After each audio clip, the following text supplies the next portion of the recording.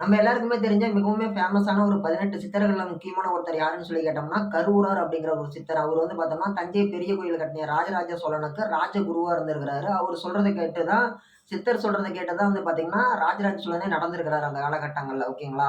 அவரு சொன்ன இன்ஸ்ட்ரக்ஷன் படி தான் வந்து பார்த்தீங்கன்னா, தஞ்சை பெரிய கோயில் அப்படிங்கிறது கட்டப்பட்டது. அந்த தஞ்சை பெரிய கோயிலுக்கு கரூரார் குடுத்த கரூரார் சாபம் அப்படிங்கிறது தஞ்சை பெரிய கோயிலுக்கு இன்னைக்கும் இருக்குது. இன்னைக்கும் தமிழக அளவுல இருக்கக்கூடிய அரசியல்வாதிக ஒரு சின்ன கவுன்சிலர்ல இருந்து மிகப்பெரிய அமைச்சர் வரைக்கும் யாருமே தஞ்சை பெரிய கோயிலுக்கு சாமி கும்பிட போக மாட்டாங்க. அப்படிங்கிற ஒரு விஷயம் அப்படிங்கிறது நம்ம ஊருக்குள்ள பரவலாவே நெறைய பேரால நம்பப்படுகிறது.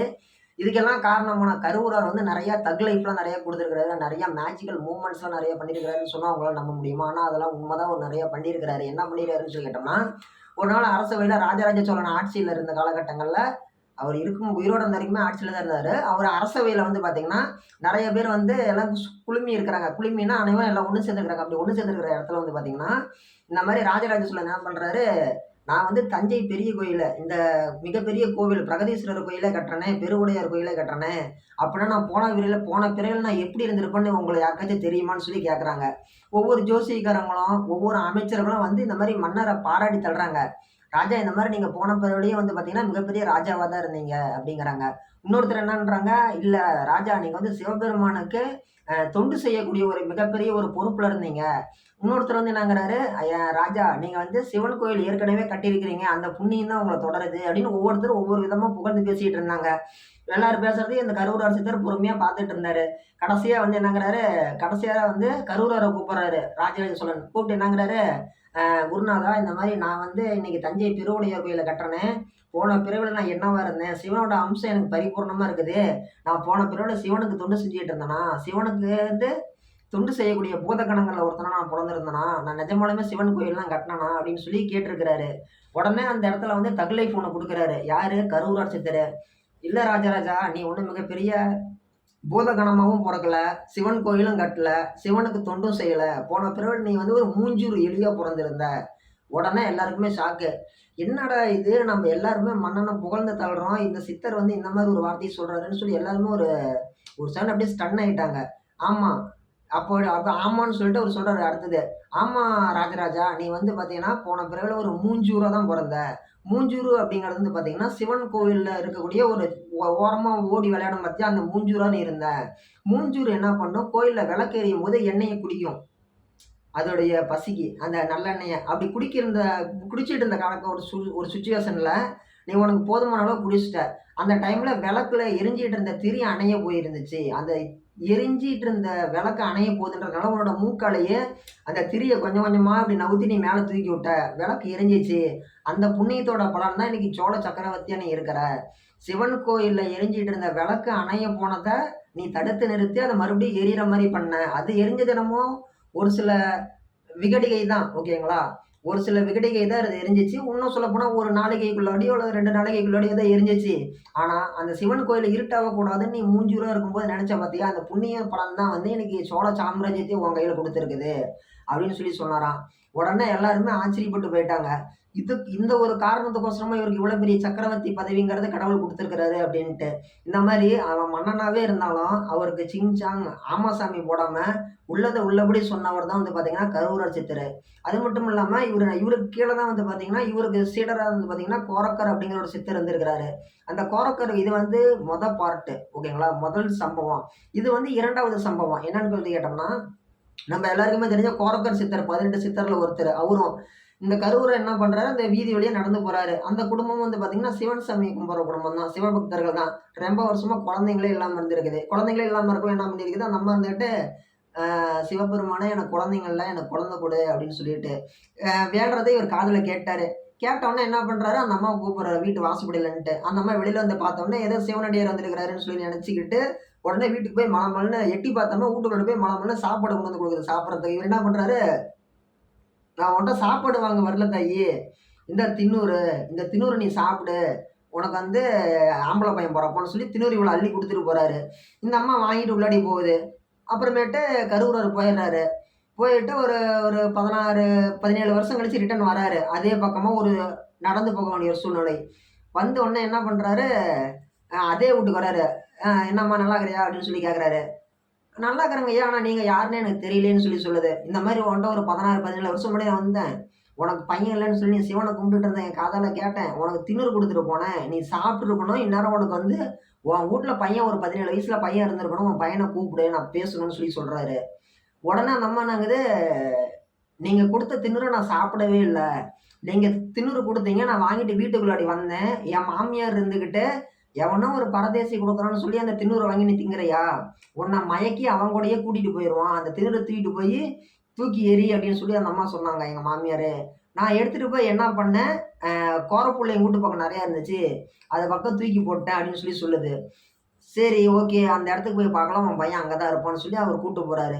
அங்க போய் பார்க்குறாங்க. அந்த இடத்துல வந்து பார்த்தீங்கன்னா, அன்னைக்கு வந்து கோரப்புல்லுலாம் இருந்திருக்குது. இன்னைக்கு வந்து பார்த்தீங்கன்னா, அந்த கோரப்புல்லாம் எரிய விட்டு அந்த இடத்துல சாம்பல் தான் இருந்திருக்குது. 17 வருஷமா அந்த கோரப்புல் இருந்துச்சான்னு சொல்லி கேட்காதீங்க. அந்த கோரப்புல் இந்த அம்மா திண்ணூறு தூக்கி போட்ட இடத்துல நெறைய கோரப்புல் இருந்திருக்குது. இன்னைக்கு அதெல்லாம் நாள் பட நாள் பட அது இதெல்லாம் வளர்ந்து இன்னைக்கு அந்த இடத்த சுத்தம் பண்ணி அந்த இடத்துல எரிய விட்டு சாம்பல் தான் இருந்திருக்குது. இவரு உடனே என்ன பண்றாரு, கருவுறாரு. எங்கம்மா போட்டாங்கிறாரு. அந்த அம்மா என்னங்க கை காமிச்சு, இந்த கோரப்புல்லு இருக்குதுல்ல அந்த இடத்துல தான் போட்டாங்குது. உடனே அந்த அம்மா மூஞ்ச பார்த்துட்டு, கோரப்புல்லுக்குள்ள இருக்கிற கோரக்கா வெளிய வாங்கிறாரு. கோரக்கர் செத்தார். கோரப்புல் எரிவிட்ட இடத்துல இருந்து தான் வெளியில வந்தாரு. அதனால தான் பேரு கோரக்கரு. கோரக்கா வெளிய வாங்குறாரு. உடனே ஒரு 17 வயசு பையன் அப்படியே வெளியில வரான். சாம்பல் பூசுன மாரி. அது வந்து இவரு கடவுள் வரம் குடுத்த மாரி குடுத்துட்டாரு. ஓகேங்களா? இது வந்து இவங்க செஞ்ச புண்ணியம். மாமியார் ரூபத்துல வந்து தடுத்தது அவங்க செஞ்ச கர்மவினை தடுத்துருச்சு. உடனே அந்த கோரக்கர் செத்துரு வெளியில வந்தவரு ஒரு 17 வயசு பையனா வராரு. வந்தோனே என்ன பண்றாரு, உங்க அப்பா, அம்மா இங்க இருக்கிறாங்க. நீ அவங்க கூட இருக்கிறையா? இல்ல நான் வரமா குடுத்துட்டு போய் 17 வருஷமா உன்ன பின்னாடி தூக்கி போட்டு வச்சிருந்தாங்களே, இல்ல என் கூட வரையான்னு சொல்லி கேட்கிறாரு. இந்த பையன் என்ன பண்றாரு, உங்க கூடயே வந்துடுறேன். நான் இத்தன நாளா வெயில்லயும், மழையிலயும் ரொம்பவே பசியில்லாம் இந்த இடத்துல இருந்தேன். ஆனா இவங்க என்ன மதிக்கவே இல்ல. அதனால நான் உங்க கூடயே வந்துர்றேன்னு சொல்லிட்டு சித்தர் பின்னாடியே அந்த பையன் போயிட்டான். யாரு? போயிட்டான்னு சொல்லக்கூடாது. போயிட்டாரு. கோரக்கர் சித்தர். ஓகேங்களா? இந்த மாரி வந்து ஒரு மேஜிக்கல் மூவ்மெண்ட். ஃபர்ஸ்ட்டு நான் சொன்னது தக் லைஃப் ராஜா கிட்ட. 2வது மேஜிக்கல் மூவ்மெண்ட். இது மட்டும் இல்லாம, இன்னொரு விஷயமும் பண்ணியிருக்கிறாரு. ஒரு மிகப்பெரிய ராஜாவுக்கு வந்து பார்த்தீங்கன்னா, சுத்த தங்கத்துல எப்படி? சுத்தமான தங்கத்துல செப்பு கலக்காம ஒரு சாமி சிலை செய்யணும். ஒரு நடராஜர் சிலை செய்யணும்னு ஆசைப்படுறாரு. இதுக்கு வந்து என்ன பண்றாரு, எல்லாரையும் கூப்பிடுறாரு. நீங்க வந்து செஞ்சு காட்டணும். செஞ்சு காமிச்சு, சுத்த தங்கத்துல செய்ய முடியலன்னா, உங்கள அடுத்த நாள் நான் வந்து ஜெயில்ல போட்டுருவேன். மரண தண்டனை குடுத்துருவேங்கிறாரு. இதுக்கு பயந்துகிட்டு எந்த பொன் வேலை செய்யக்கூடிய ஆசாரியும், தங்க வேலை செய்ற ஆசாரியும் யாருமே முன் வரல. பொற்கொல்லனும் முன்னாடி வரல. என்னன்றாங்க, செப்பு கலக்காம தங்கத்த ஒரு உருவமே பண்ண முடியாது. செப்பு கலக்காத தங்கத்தால ஒரு உருவமா நிக்கவே முடியாது. கலப்படம் இல்லாத தங்கத்துல ஒரு சிலைய செய்ய முடியாது. ஒரு பொருளே செய்ய முடியாது. நாம எப்படி இந்த ஆளு சொல்ற மாரி செய்ய முடியும்னு சொல்லி யாருமே வரல. அந்த இடத்துல வந்து பார்த்தீங்கன்னா, நெறைய பேர் வந்து தோத்து போறாங்க. தோத்து போனவங்கலாம் தூக்கிட்டு போய் இந்த ஆளு ஜெயில்ல போட்டுருக்காரு ராஜா. அவங்கலாம் சிவன சாமி கும்பிட்டுருக்காங்க. சிவன் சாமி கும்பிட்ட உடனே கரூரருக்கு வந்து உடனே இன்ஸ்ட்ரக்ஷன். "நீ போய் அங்க என்ன பிரச்சனைன்னு பாருப்பா. என் பக்தர்கள்லாம் தொந்தரவு பண்றான் ராஜான்னு" சொல்லி கடவுள் சொல்ல கரூரார் நேர்ல வராரு. நேர்ல வந்த உடனே இவரு என்ன பண்றாரு, "நான் சிலைய செஞ்சு தரேன். செப்பு கலக்காம தங்க சிலை நான் செஞ்சு தரேன். பதிலுக்கு உனக்கு என்ன வேணும்னு" சொல்லி ராஜா கேட்கறாரு.